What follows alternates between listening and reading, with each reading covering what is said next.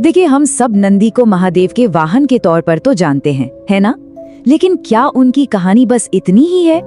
नहीं, बिल्कुल नहीं। उनकी कहानी तो इससे कहीं ज्यादा गहरी है। ये सिर्फ एक वाहन की कहानी नहीं, बल्कि ये तो परम भक्ति की एक ऐसी गाथा है जिसने एक साधारण से ऋषि पुत्र को नंदीश्वर बना दिया। तो चलिए इस पूरे विश्लेषण की शुरुआत ना एक बहुत ही सीधे से सवाल से करते हैं। कभी सोचा इस बारे में कि आखिर हर शिव मंदिर में बिल्कुल गर्भगृह के सामने ही नंदी की मूर्ति क्यों होती है और उनकी नजर वो हमेशा शिवलिंग पर ही क्यों टिकी रहती है? और हाँ, इसी से जुड़ा एक और गहरा सवाल भी है। आखिर ऐसा क्यों कहा जाता है कि महादेव के दर्शनों का पूरा फल वो तभी मिलता है जब पहले नंदी के दर्शन किए जाएं? पता है, इन दोनों ही सवालों का जवाब एक बहुत ही असाधारण कहानी में छिपा है। तपस्या और अटूट विश्वास की एक कहानी।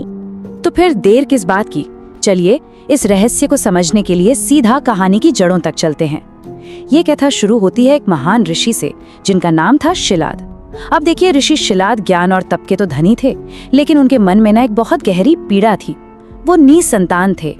अब ऋषि शिलाद को सिर्फ वंश बढ़ाने के लिए संतान नहीं चाहिए थी, नहीं, उनकी इच्छा थी एक दिव्य शिव भक्त को धरती पर लाने की। और इसके लिए उन्होंने कठोर तपस्या की।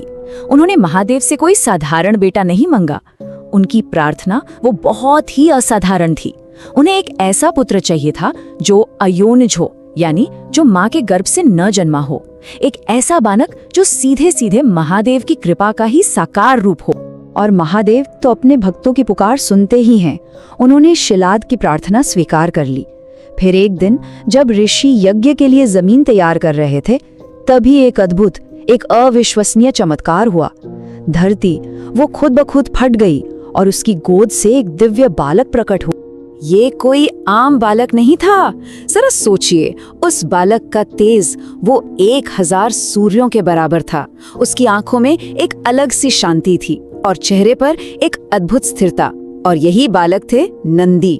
तो ऋषि शिलाद ने बड़े ही प्यार से नंदी का पालन पोषण किया।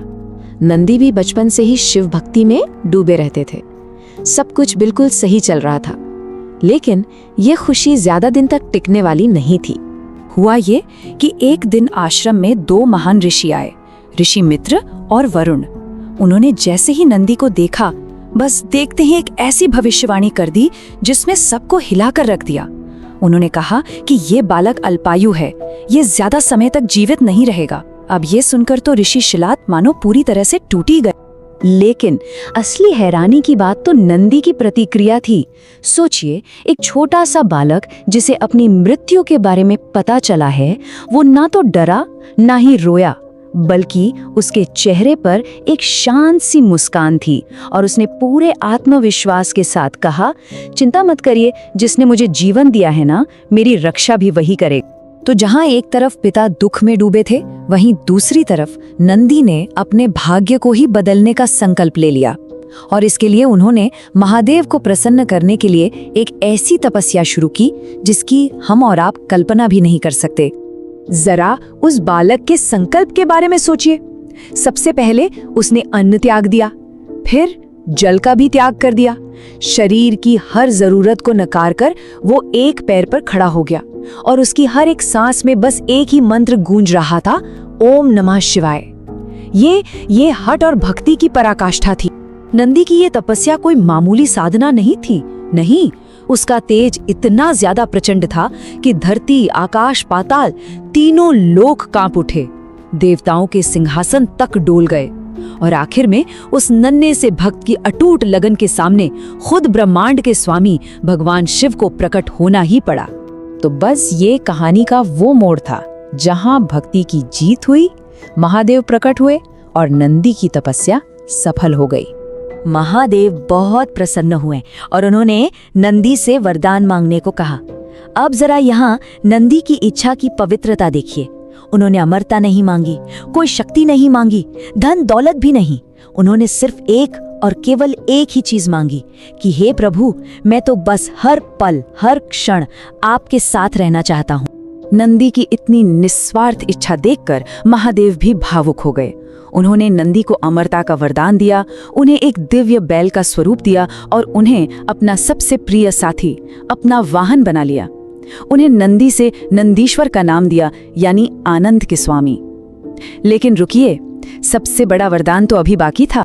महादेव ने वो वरदान दिया जो हमारे सबसे पहले सवाल का सीधा जवाब है। उन्होंने कहा, नंदी, आज से जो कोई भी मेरी पूजा करने आएगा उसे सबसे पहले तुम्हारे दर्शन करने होंगे। जो भी अपनी मनोकामना तुम्हारे कान में कहेगा वो प्रार्थना सीधी मुझ तक पहुंचेगी।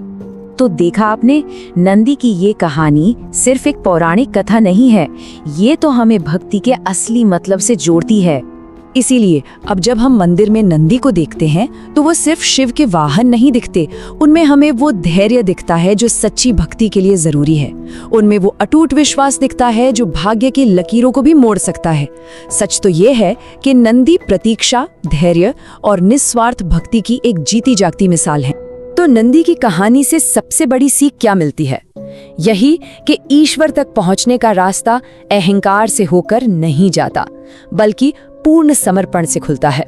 उनकी वो शांत प्रतीक्षा, उनका वो असीम धैर्य और उनकी वो निस्वार्थ भक्ति, सच पूछिए तो यही एक सच्चे भक्त के असली गुण हैं। महादेव के इस परम भक्त नंदीश्वर को हमारा नमन।